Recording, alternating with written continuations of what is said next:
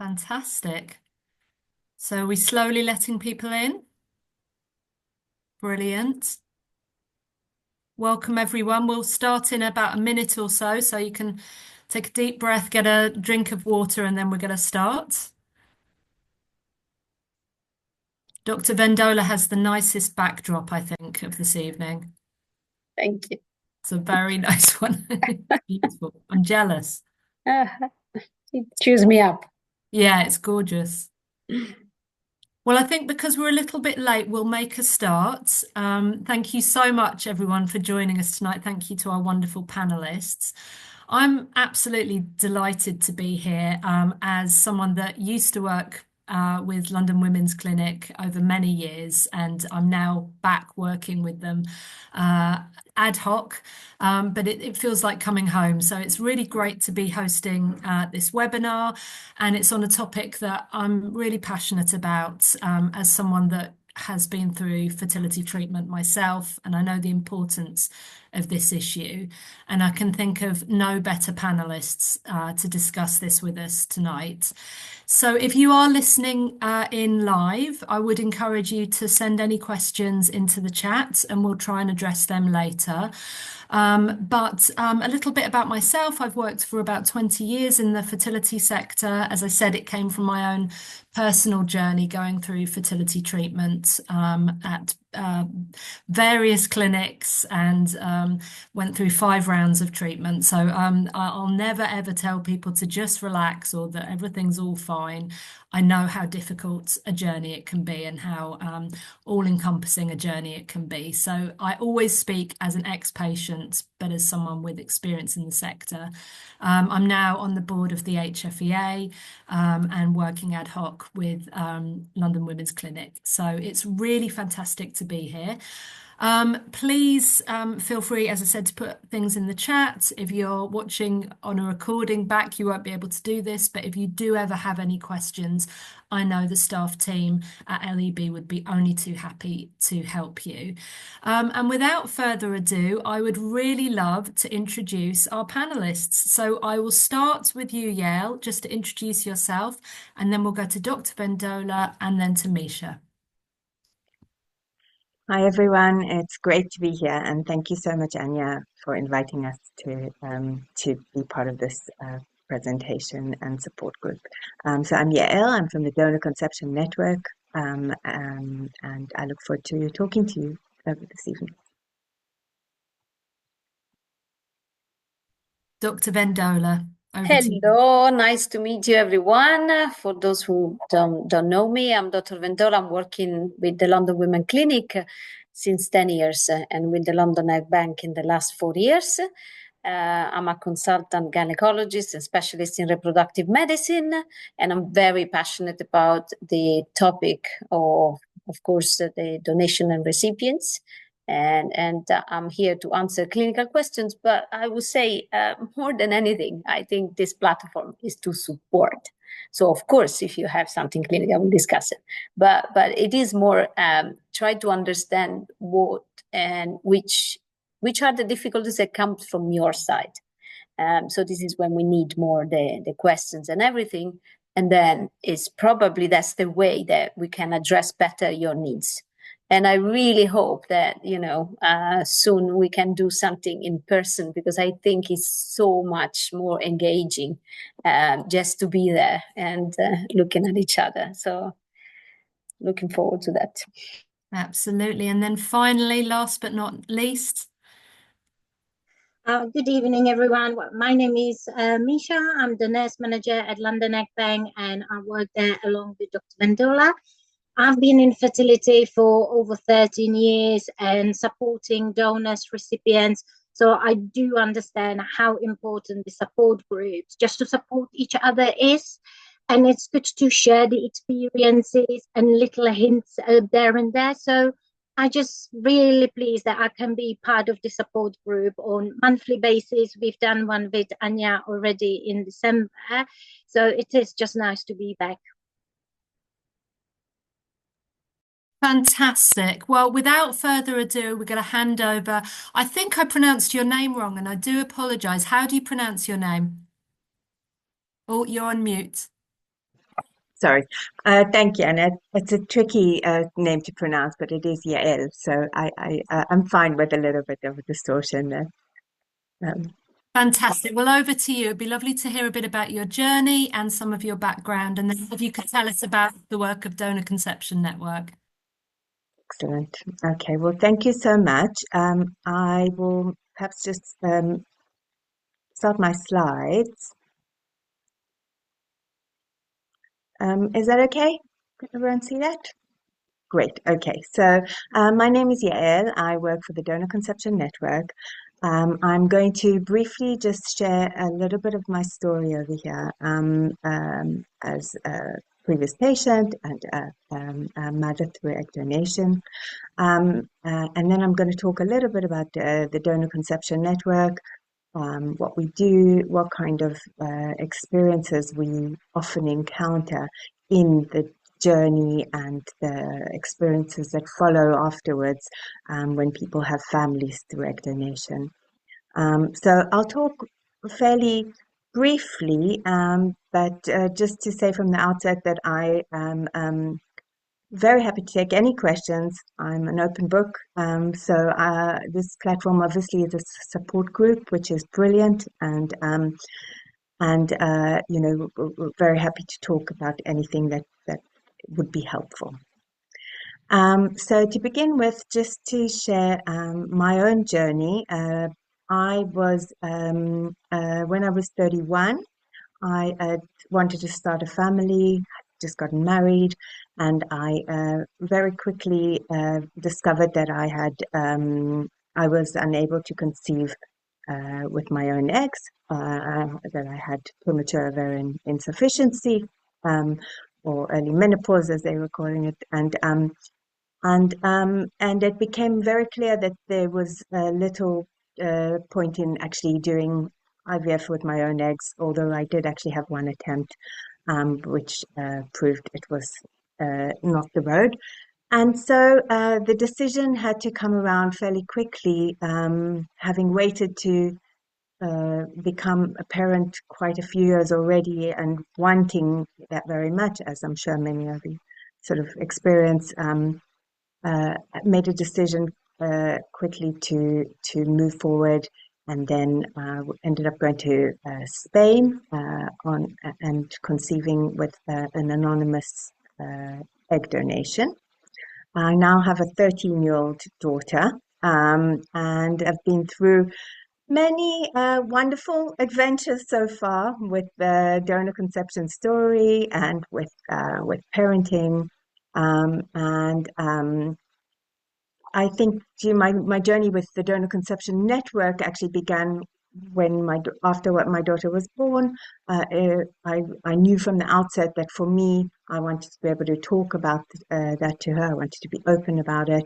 That was the right sort of decision that felt good for me. And so I sought out resources from the Donor Conception Network, and ultimately sort of started volunteering. And then gradually, I had been working in research, psychological research previously, and really wanted to do something more hands-on. So ultimately started gradually working at DCN, and now I've been there for almost 10 years, I think.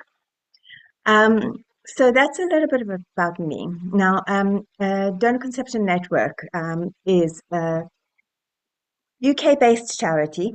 We've been around for about 30 years. The original charity was set up as a response to the regulations at the time that were sort of all about secrecy, and then the motivation was very much about openness and talking about donor conception. So it's had a long history, and we've seen many people come through it. We've got sort of the cross-generational experience, and so we really try to offer our experience with a focus on the social and emotional issues, and I would say poignantly as peer supporters. So we are there as a group of people who've experienced similar paths, and we share the accumulated knowledge and you know, feelings, thoughts that come up very commonly across the journey, and obviously at the outset, when you're considering donor conception,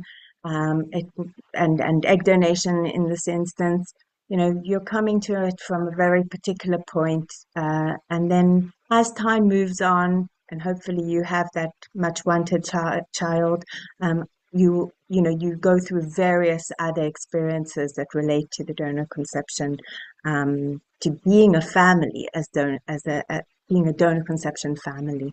And taking on that identity to some degree is part of the journey that we see a lot of people going through, and working out how they feel about being, creating their family in this way. So I've put a whole bunch of things here at the bottom that we tend to do as part of the organization. Some of them are just generally we do various resources, workshops, books, webinars, etc. That sort of focus on different points of the donor conception journey. And then more actively that I'm involved with is around membership, and membership is an opportunity to sort of network, talk, connect with various other people, either at the same stage of the journey or further down the road, with that sort of experience, as they say, lived experience. Yeah, in all its various guises. So life with a sort of infant is very different to life with a toddler, and with a teenager, and with an adult child. And we try to meet all these various different points of family lives.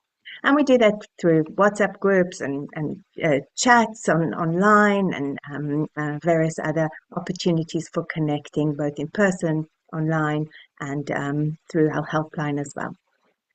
And then just to sort of touch, when we were talking about this webinar, we talked about, okay, well, what kind of things might come up for people considering egg donation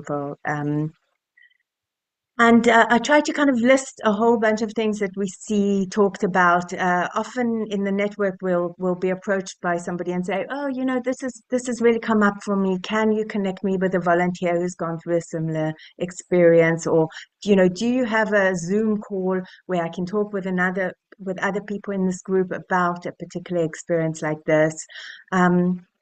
So if you can see that on the list, there's a lot of quite sort of deeply touching feelings and thoughts that might occur. We're talking now. One of the things that we're doing now, we're doing a webinar for our members around how might I move on from the grief of not being able to be pregnant using my own, or have a child using my own egg, and how might I sort of adopt that kind of sense of being a real parent, and this really being the child that I was meant, that was meant to be for me. And I will say that, personally, I can attest to the fact that, both personally and professionally, I can attest to the fact that it really can be a journey. And, a lot of these questions, as you can see, just thinking through, okay, how will I connect to this child? What do I need to do to adopt that feeling of being a mother? What about the other members of my family? What about, if you're in a couple, how does that fall for both of you, having that asymmetry of a genetic and a non-genetic parent potentially?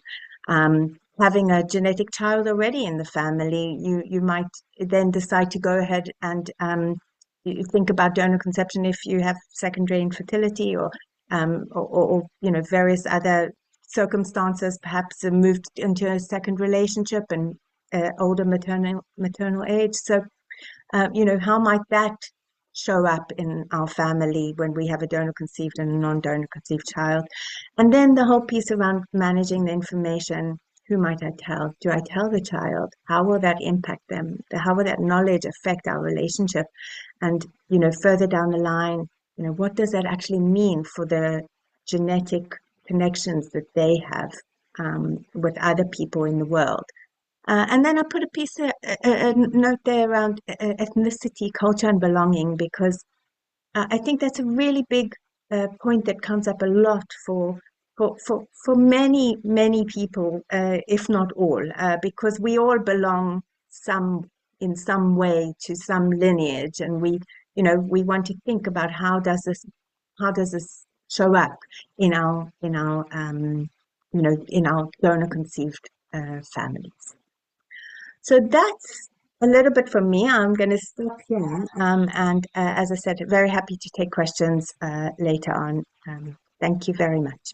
So helpful. Thank you so much. And before we move on, I really want to thank you, because what you and the whole of the Donor Conception Network do so well actually is just normalize and humanize, what can feel quite a complex scenario, but actually you make it so real, and it's really helpful to see those questions that I'm sure are often in people's heads, thinking, am I the only one thinking that? But it's so encouraging to see them written out like that. And I just wanted to briefly, before we move on, you talked about having the one IVF experience and Yes. then moving on. What was that process like? What made you make that decision that actually one is enough, let's now look? Because for some people it can take a few rounds, or it varies, doesn't it? What was your journey like with that? No, that's a really good question, and actually something I sort of started thinking about when I was thinking about the webinar tonight, because I haven't thought about it for a long time. Obviously, with a 13-year-old, you're thinking Yes. about other things. Yes. But actually, for me, I was quite fortunate in that it was very clear cut from the outset that I had a condition that was very unlikely to have a result in a genetically connected child, and it felt like it was a bit of a decision. Okay, either I hold on to this and I keep trying and plow my resources into that, or I think about adopting this new path, which I would, it is a new path, and I think it's really important to acknowledge it. And I don't think even at the time that I was able to process it quite as much as I probably needed to, having gone to abroad and not having had counseling through the sort of UK route. I feel there was a real loss over there. So personally, it was a very pragmatic decision at the time, and yeah, not an easy one, and not an easy one to make for many other people. For me, it was a little bit more, cut and dry. Yeah, clear, I guess. That's really, really helpful. And everyone's journeys with donation are so different. One Yeah. thing I wanted to highlight, though, is if you look at the statistics around this, it's really encouraging. It's 1 in 200 live births are now as a result of donation in the UK.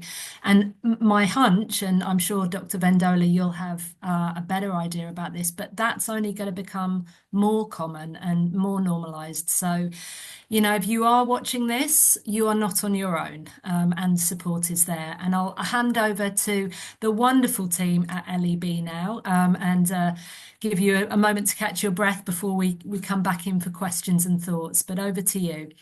Thank you. Thank you, everyone. And thank you, Yael, for having displayed absolutely the right questions, because those are really the doubts on the back of the mind of a lot of recipients. I think we need to, talk in different ways for patients that are approaching, as you were saying before, Anya. So they need to take the decision to move towards that choice. So those are the ones that probably that is sorry, I'm just feeling probably those are the one that we need to address and really clarify some of the clinical aspects, I think, that are related mostly to the epigenetics, and this is what is in the back of their mind that might hold them from pursuing fertility treatment with donor eggs. Through and the difference with the other patients that are on treatment. And when you are under treatment already with donor eggs, and as Yael was saying, this is the journey. It's not because you're using donor eggs then this is essentially successful immediately. There are a lot of things that actually happens from a male side, from a female side, from a clinical point of view, but also from an emotional point of view in the couple, how the psychologists then affect the struggle that you might end up processing from a failed cycle. And this is really variable. We are talking about something that I like to define like a not negotiable need, because that's what is that women try to achieve. So this is not negotiable. They really want to achieve that. And the way they try to achieve, if it becomes more difficult, it creates some trauma. And the trauma is not in the events itself, because there are some women that go through 2, 3, 4 cycles, and they have, repetitive failure, but they still, persisting, like, I have to get there again, non-negotiable need, I have to get. Another one that after one attempt, they feel so fragile that they want to give up. Okay, so it is the trauma is not in the event, the trauma is inside you.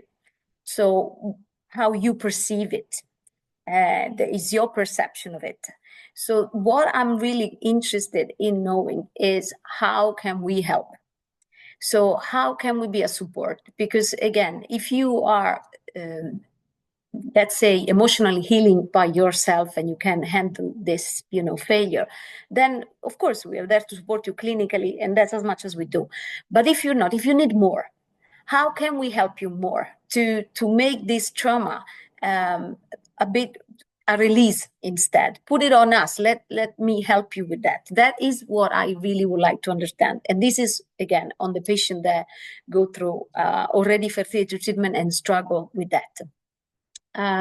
In terms of, what we were saying, taking this important decision, I think sometimes is if we have a medical condition, primary ovarian insufficiency or early menopause, in 2 different phases really, then is almost like a forced route, because you have to do that. Otherwise, you as Yael was saying, that wasn't an option for herself. But other times it might take years. I've seen women pushing themselves from their 40 to their 48. We're not talking about a couple of years. We're talking about 8 years of doing all sorts, stepping back, restarting again, and with promises or not promises, or something that might work and might not. And then this is why I really, again, want to understand from women what is that is holding you back. Because if holding you back until you prefer to go through fertility treatment such a later age that even expose you to higher risk for yourself, because if you do this 50 and above, it does. What is that holding you there? Is it because using donor eggs, it means that the genetic is not yours, because it's not your child? And I can tell you absolutely from a clinical point of view that this is not true. The genetic is not the genes that are passed. Genes are passed is the pure genetic condition that you transport to the child. But the gene have an activation or deactivation, so their way of functioning, it depends on the environment. And the most important environment is the 9 months that you take your child in. So epigenetic, it means that the way that your gene works is based on your environment, the activation or not. So if you are healthy or not healthy, this will be impacted from the 9 months you've been in the uterus, from your mother. So that is who is bringing you, giving you something so important that it will be, believe it, transmitted in generations. If you are drinking, if you're not drinking, if you are smoking, whatever you're doing unhealthy, this will be transmitted. If you're doing something healthy, this will be transmitted, and not just in your child, but it's in the future generation. So the activation of the genes is fascinating. And Yeah. it is not just on the gene itself, it's on the activation on what you're programming. You are programming your child. The same child in a different uterus will be a different child, believe it. Isn't Healthier that or less amazing? healthy. So how is this not your child? Yeah. And so for people that may not have heard that phrase before, epigenetics, can you summarize it? Because I think with this conversation, it's Absolutely. vital. It's such an exciting and positive part of the puzzle, isn't it? So the epigenetic, it means that the genes are not activated or deactivated from their own activity, but they are activated or not from the environment. So it's not the structure of the gene that you would influence. You can't influence that. But you can influence the environment, can influence the function, not the structure, the function. So the structure comes directly from genetically, but the function. And that is tremendously important because it's not just what I pass. Because what I pass, it has an environment that will decide if this is manifest or not. You know, also, for example, there are a lot of diseases, MS. MS has an impact coming from the environment. So I can have even the gene, but it's the environment that will pull out or not. So epigenetic is how the environment impact in the production. That's what I'm saying. So this is extremely important because I think if women really understand the power that they have inside during these 8 months for their child is incredible, is tremendous. It's And I think wonderful, isn't it? this would really help to understand how much they are their own mother. Yeah, absolutely. And I love the passion that you're showing for that because I remember when years and years ago this was starting to be discussed much, much more.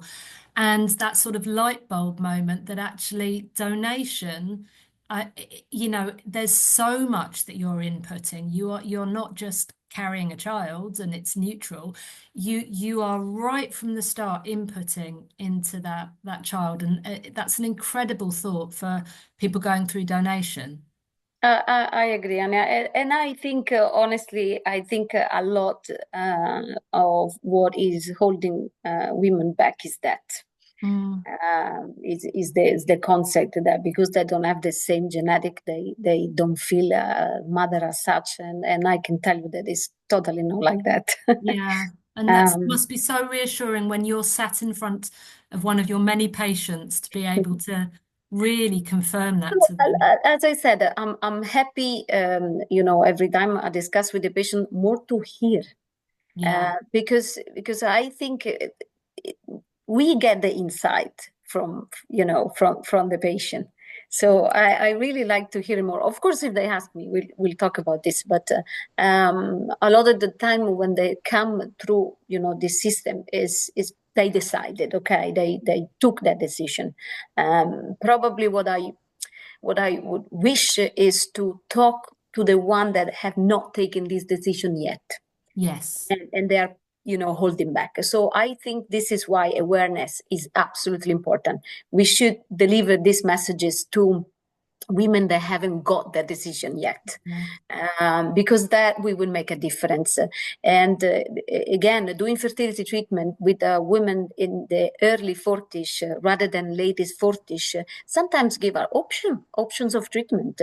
We might do some natural cycle rather than medicated cycle. We can put the women less at risk if it's beginning of 40s rather than 50 or above. That is essential in the awareness of women.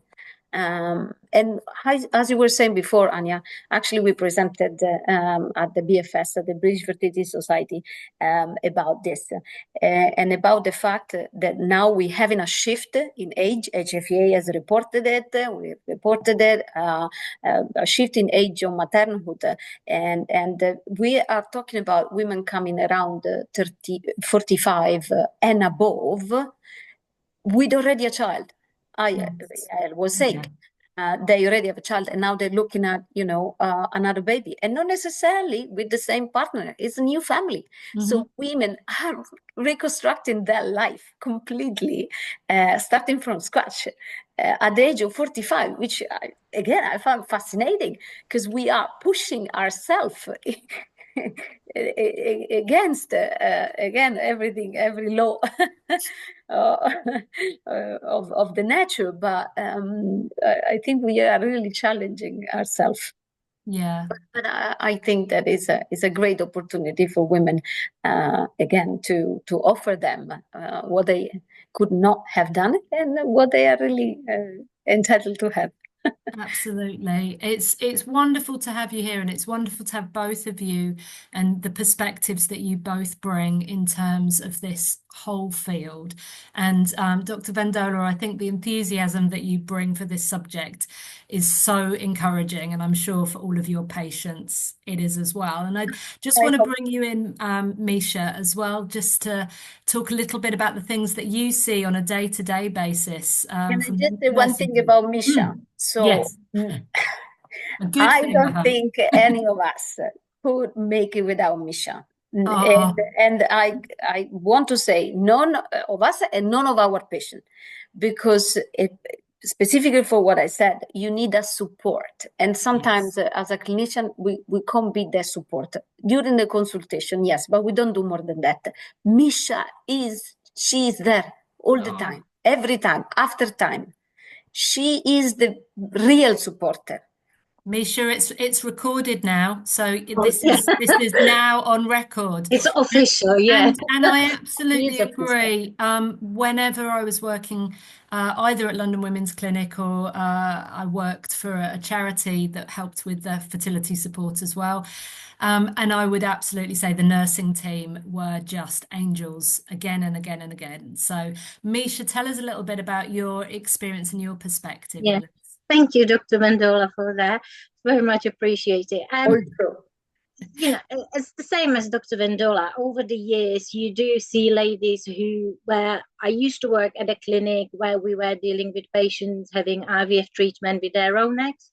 And then unfortunately, after many failed, they had to move, or they had the option to move to egg donation. And you could see how they were thinking, as Dr. Vendola was saying. They were thinking, yeah, but it's not genetically mine. I do not want that. But half of them was thinking, but I still want to fulfill my dream. I want to be mum and I want to complete my family. So they were torn apart, trying to work it out in their heads. And I think if those women get the right support and they talk it through some either friend or the healthcare professional, it just helps them to make the decision and make the decision faster, so they don't have to worry about it for years even before they come to us and they say, actually now I'm ready. That process could be much speedier, and then we can help them to achieve their dream as well. I just want to say, I was talking to one of our recipients today when I was doing her scan. And it was so nice and refreshing actually listening to her, because she was talking about her donor and how she feels connected to the donor only through reading about what she likes, what she looked like. So she was really excited about the journey. And she had no doubt about this is not genetically mine. As she was saying, the donor's done the most wonderful work already and gifted those eggs, and she said we will be doing the dirty job, but she said I'm excited about this next part of the journey. So it's just so nice to hear someone who's really positive about their journey as well. And do you think that there's a shift then in comprehension around donation? I mean, I hear an anecdote like that and I think, oh gosh, I hope that's across the board. I hope that there is that realization. Yeah. But have you noticed a shift over the years? I think, that it's becoming more, people talk about it more, so it's not as a big taboo, and they're actually happy to proceed with the egg donation much earlier than 45 plus.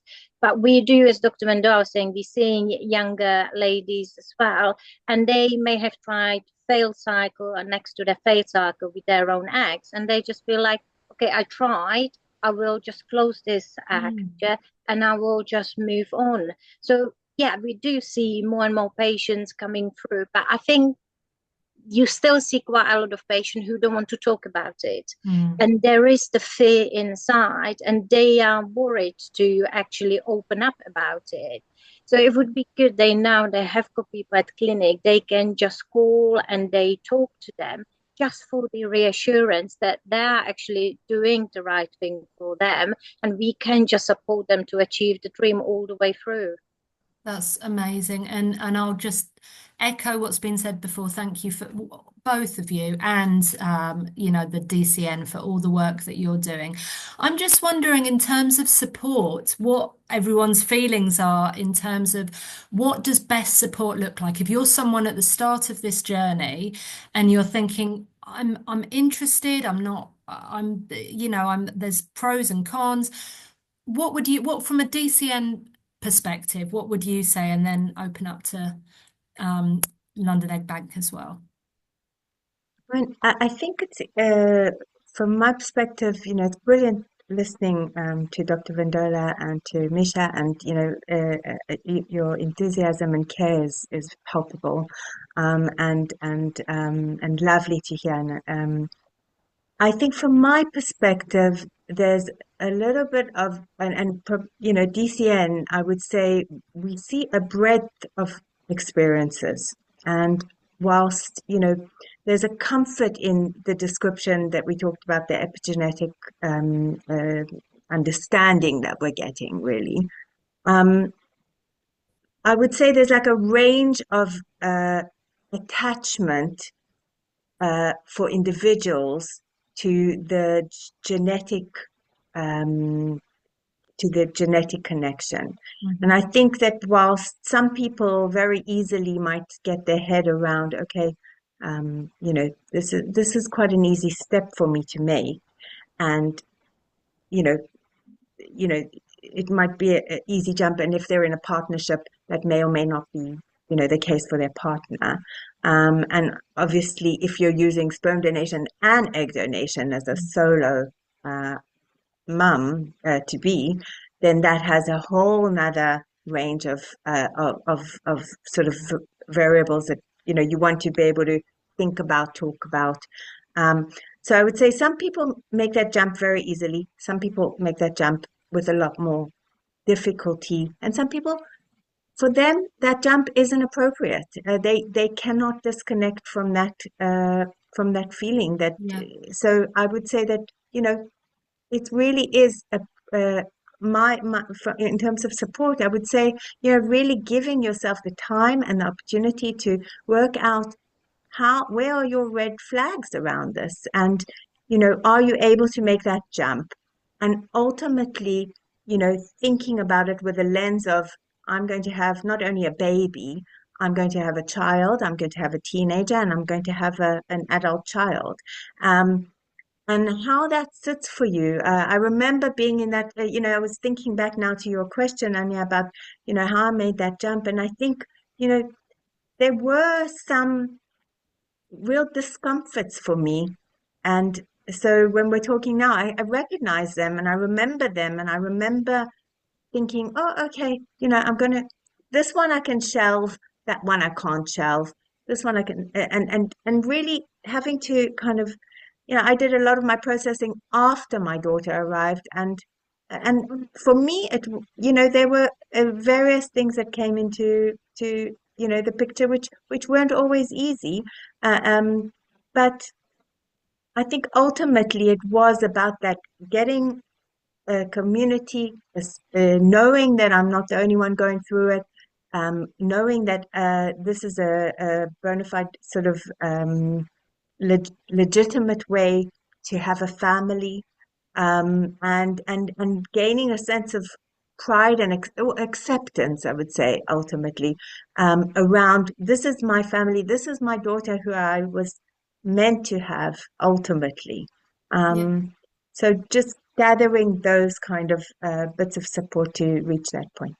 Yes. And what's so helpful with everything that you've just said is I think people do worry that some of the questions and the internal workings that they've got, maybe they shouldn't be having them.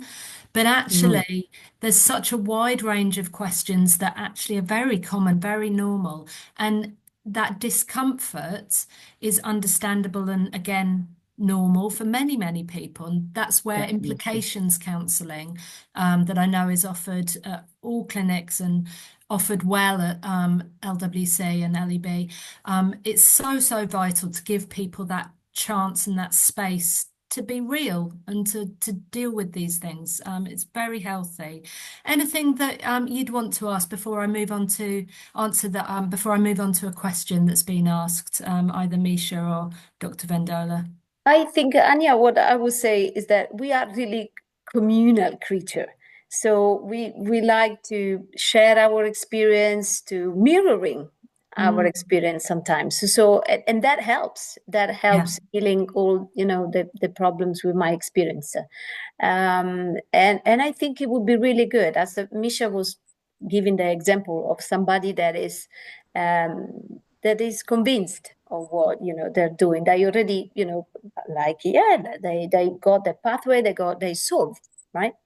So having people like Yael, like the patient Misha was describing, if they could communicate with the patient that are there and are instead struggling with again their doubts, and again mirroring themselves and say, well, actually she's doing the same thing, and this is what she processed, this is what she's saying.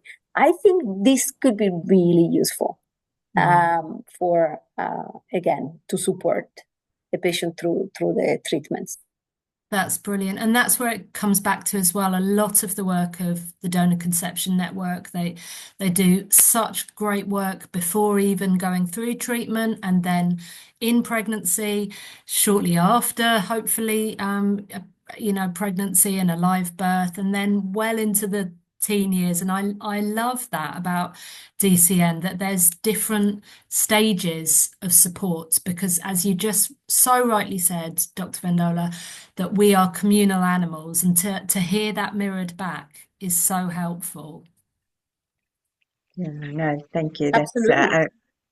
That's really, and I think that what you said as well, Anya, around, we sort of have to have the chance to express ourselves in order to move forward.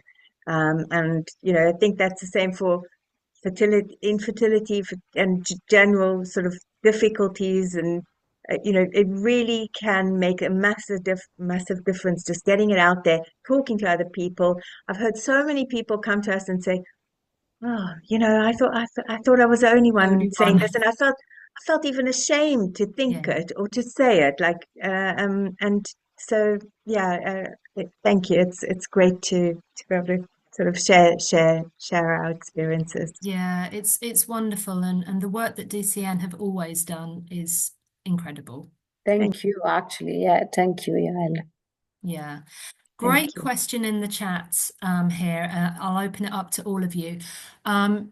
Anonymous says, I think what's been holding me back is some of the ethical decisions about choosing a donor and the rights of the child, knowing where their DNA comes from.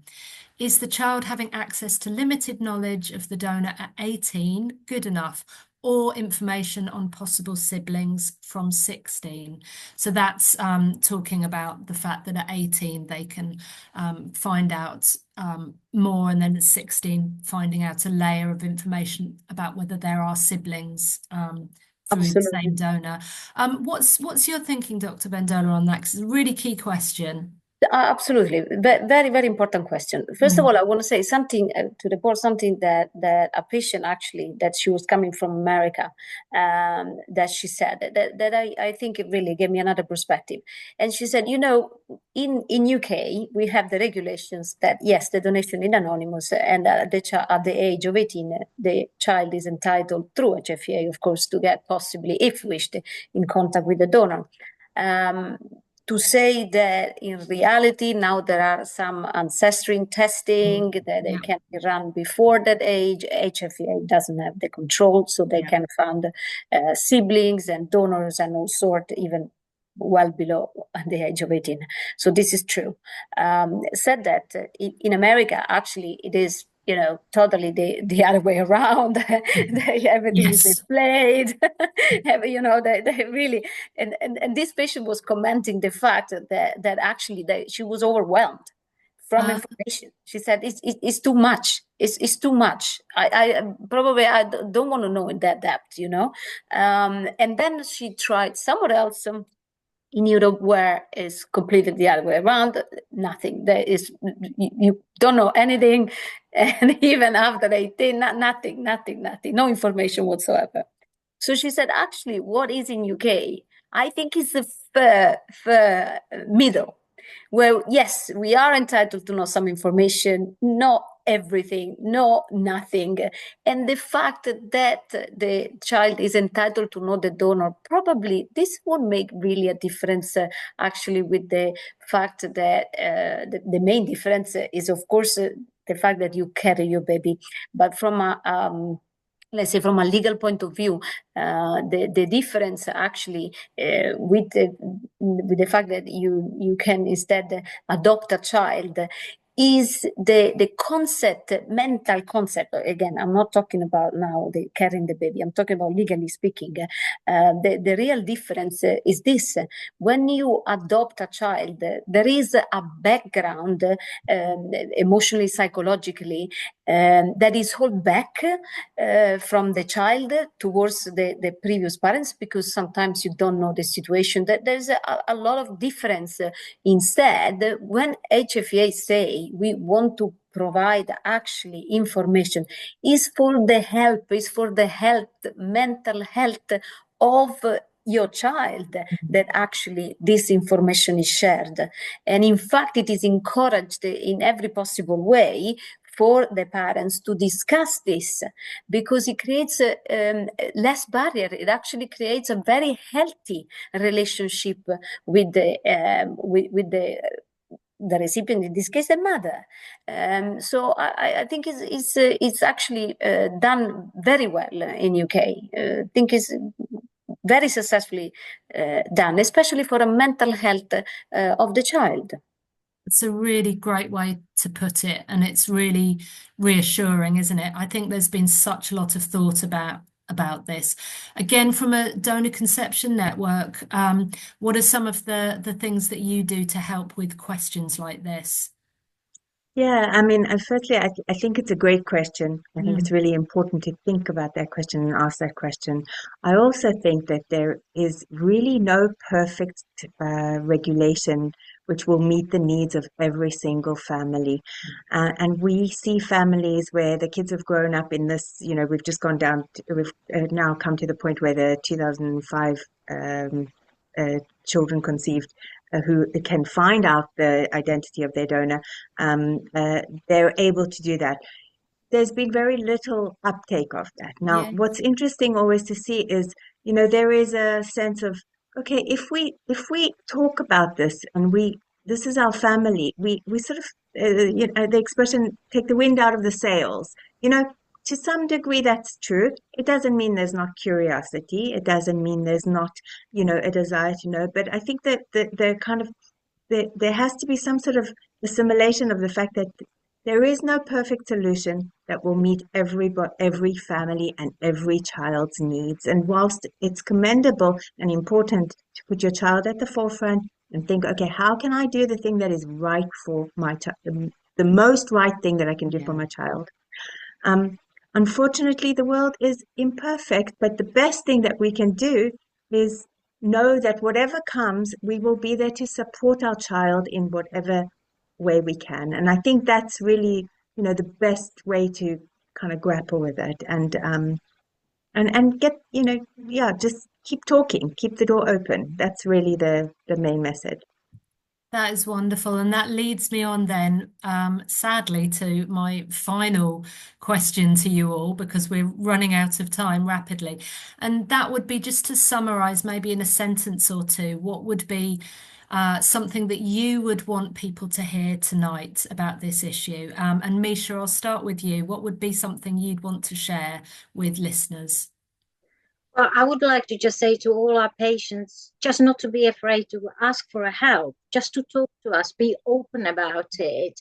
And that if they don't want to discuss it with family or friends, it's understandable, it's very private, but we are there for them, and we find the time for them to support them. So we just don't want them to be bottling it up and be afraid about, people will find out, how will I say or break the news. Just talk to us. We're very, very happy to help you all the way through. Amazing. Thank you so much. Dr. Vendola. Yeah, I will echo what Misha is saying. I think it's important that we get to know from patient how we can help. Because again, I'm very happy to go over my work, my time and everything, if this means that I can support. But I need to understand again from them the level of the support that they want. Because as I said, I think that different patients, they have different needs, and then we and different way to process, again, something that doesn't go right. So we need to understand better the way that we can help. So it has to come through them to make us understand what else can we do. So be proactive, and then final thoughts. Yeah, I mean, as has been said already, and it sounds like you've got a fantastic team there in LEB. So, really commendable and wonderful to hear as well from our perspective. And of course, we're just to say, there is a community of support. There is a community of people who have gone down that road, and we're normal families on the good and bad of it, and yeah, we're very happy to hear from people, just inquiries and to find out how we can offer further support. But fantastic to hear that the London Egg Bank is doing so much for their patients. So yeah, pleasure to be here and hear that as well. Brilliant. Thank you so much, everyone. There was one quick question in the chat about fears about age. And I think hopefully we've covered some of that, but all I'd say is, again, going back to what's just been said about normal, what is normal with a family? And so much of it is about intention and being there for the child, so there's no perfect out there. So fears about some of these issues, please reach out to people on this call, people in the clinic, people at DCN. And just to summarize, I really want to thank the panelists so much for their years of dedication to this, and to reassure every single person listening live or recorded that you are not alone. If you're going through this journey, there's such a range of support and help out there. So please know that there's no silly questions, know that you're not alone, and do reach out. There's the Donor Conception Network, the HFEA, Fertility Alliance, and many more people that will be here to help you on your journey. I hope you found tonight useful. Please reach out to everyone. And we just want to thank you for your time this evening, and thank you again to our wonderful panelists. Thank you, Anya. Absolutely. Couldn't do without you. So thank you. Glad to be here. Glad to be here. Absolutely. Thank you. Thank you, so everyone. much for having us. Right, I'll cut recording. Yep.